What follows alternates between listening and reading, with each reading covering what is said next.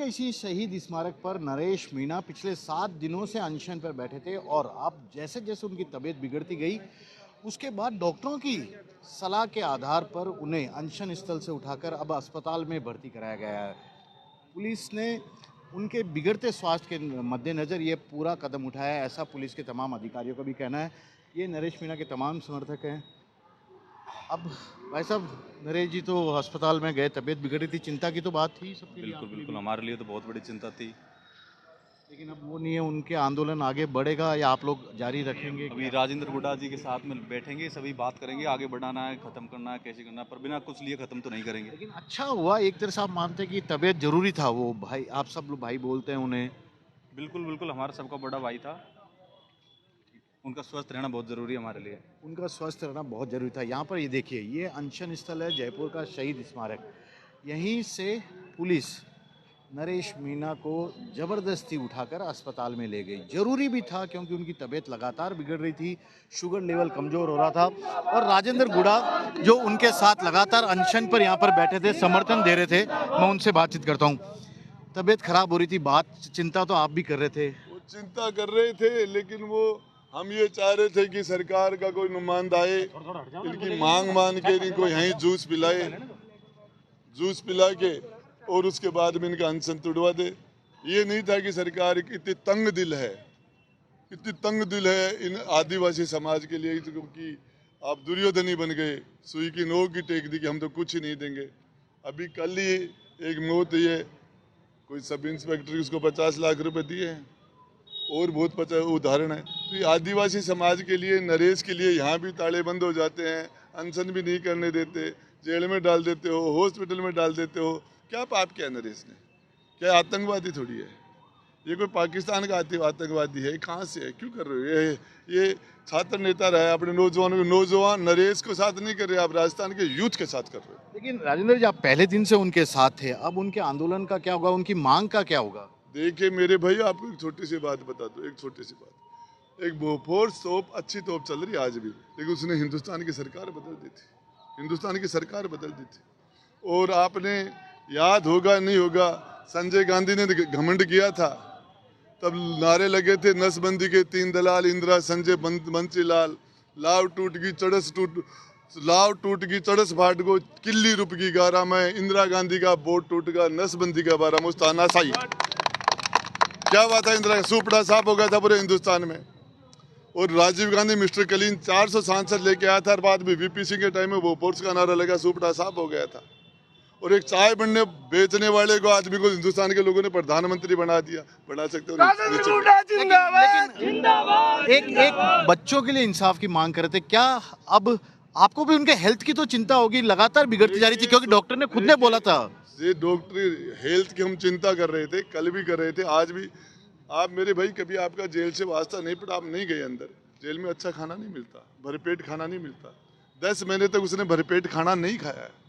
कोई चने वने सिक्के बूंदे हुए चने देते हैं, वो जिस तरह की रोटियां होती है, आदमी खाना नहीं खाता। मैं बताऊँ तो ये उसके 10 महीने के लगभग की जेल से वो आदमी की शरीर की स्थिति पहले से ही खराब थी। 10 महीने जेल काटी उसने, भरपेट खाना खाया ही नहीं 10 महीने तक, 10 महीने भूख निकाली उसने। अब यहाँ अनशन हो गया तो स्थिति तो बिगड़नी थी, ये तो बिगड़नी थी। लेकिन ये इसके बाद सरकार को मांग मान लेनी चाहिए आदिवासी, और अब नहीं मानते। कोशिश आप अपनी ओर से भी करेंगे, क्योंकि 2 बार के मंत्री भी रह चुके हैं, जिनके आंदोलन से भी जुड़े, सरकार को बताएंगे क्या हालत है, किस स्थिति में कर रहे थे और क्या मांग थी? मांग बहुत ज्यादा शायद बड़ी नहीं, आप लोग बता रहे हैं। सरकार की फूट रही है कि दिख रहे को नहीं सरकार ने? अरे भैया, आँख भाई साहब की आँख फूट रही है सरकार के। राजधानी का, जयपुर का कालजा का माए बैठे हैं, डॉक्टर रिपोर्ट 1-1 मिनट की दे रहा है। जो उनकी हेल्थ का आपको पता है, मुझे पता हो, चीफ मिनिस्टर को भी पता होगा। ये जो पुलिस जो कर रही है, तो पुलिस अपनी मर्जी से कर रही है, सरकारी कहने से तो कर रही है।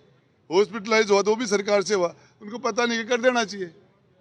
और आपको बताऊं, जब शेरशाह सूरी गिर के अंदर लड़ाई हुई थी, तो उसने कहा था मुट्ठी भर बाजरे के लिए मैं हिंदुस्तान की सल्तनत खो देता। उस लड़ाई के बाद जेता गुपा 2 लड़के थे, उन्होंने शेरशाह सूरी को लोहे के चने चबा दिए थे। और आपको बताऊं, नरेश है ना, इका चक्कर में राज चले जाए। वो पिक्चर बाकी है, आप यही कह रहे हैं? पिक्चर तो टेलर ही है, सारी ही बाकी है, 3.5 घंटा की। राजेंद्र गुड़ा है और ये समर्थक है, यहाँ पर देखिए, और राजेंद्र गुड़ा कह रहे हैं कि अभी तो ये ट्रेलर है, पूरी की पूरी पिक्चर ही बाकी है। फिलहाल तो ये अनशन स्थल देखिए नरेश मीणा का, मैं आपको अंदर ले जाऊंगा।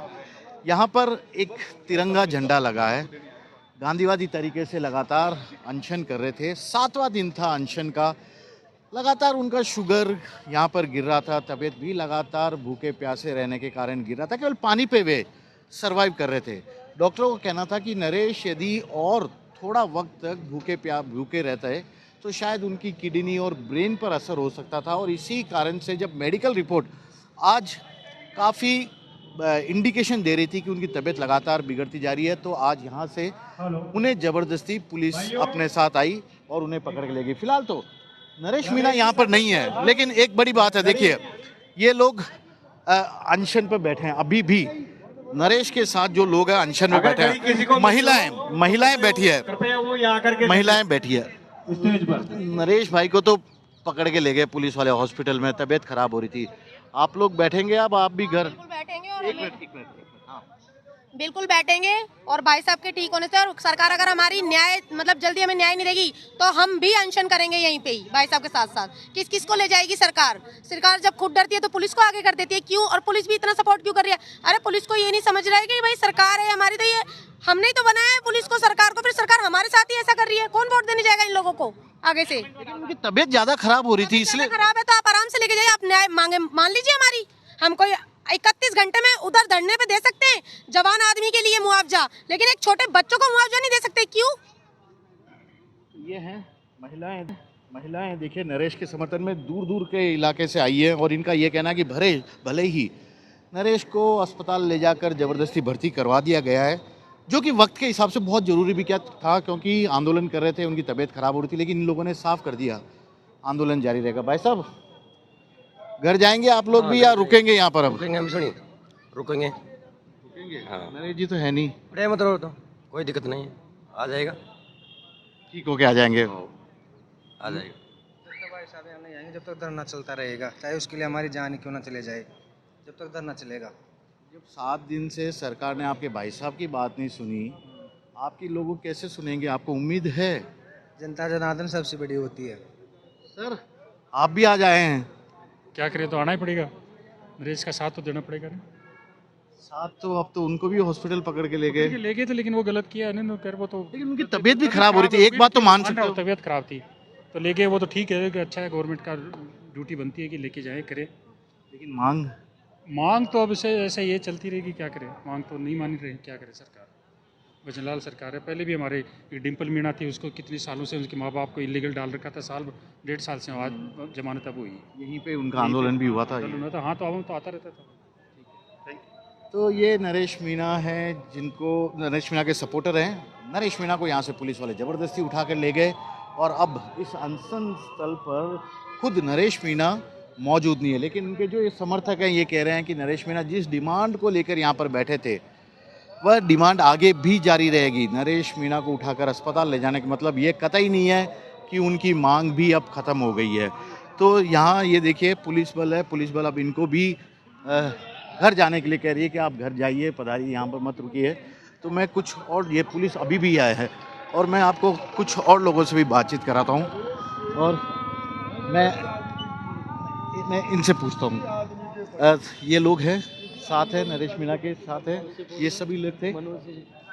अरे सर